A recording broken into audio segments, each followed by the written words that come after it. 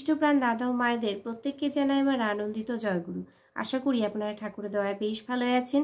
আমিও ঠাকুরের দয়ায় বেশ ভালোই আছি। প্রত্যেক দিনের মতো আজও পরম প্রেমময় শ্রী শ্রী ঠাকুর অনুকূলচন্দ্রের নারীনীতি গ্রন্থ পাঠ করব এবং তার ব্যাখ্যা করব।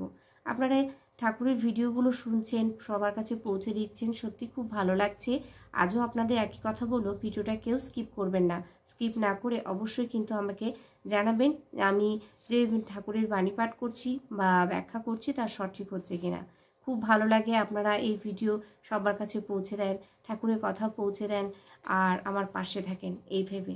জয়গুরু। আজকে পরম প্রেমময় শ্রী শ্রী ঠাকুর অনুকূলচন্দ্রের নারীনীতি গ্রন্থ পাঠ করব এবং তার ব্যাখ্যা করার চেষ্টা করব। আজকের বিষয় মেয়ে আমার। ঠাকুর বলছেন, তোমার সেবা তোমার চলা, তোমার চিন্তা তোমার বলা।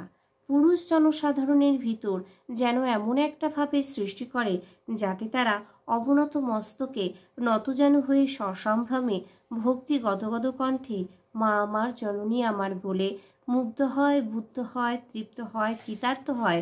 তবেই তুমি মেয়ে, তবেই তুমি সতী। আমি মেয়ে এবং আমি সতী কিভাবে হব, ঠাকুর কিন্তু আমাদের সেভাবে বলে দিয়েছেন।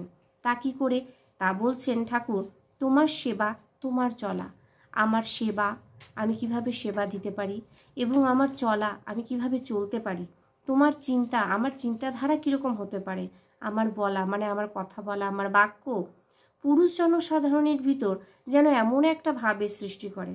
পুরুষ জনসাধারণের, পুরুষ এবং জনসাধারণের ভিতর, পুরুষ তো রয়েছেই, সাথে জনসাধারণ রয়েছে, তাদের ভিতর এমন একটা ভাবের সৃষ্টি করে, এমন ভাবে সৃষ্টি করবে যাতে তারা অবনত মস্তকে নতজানু হবে।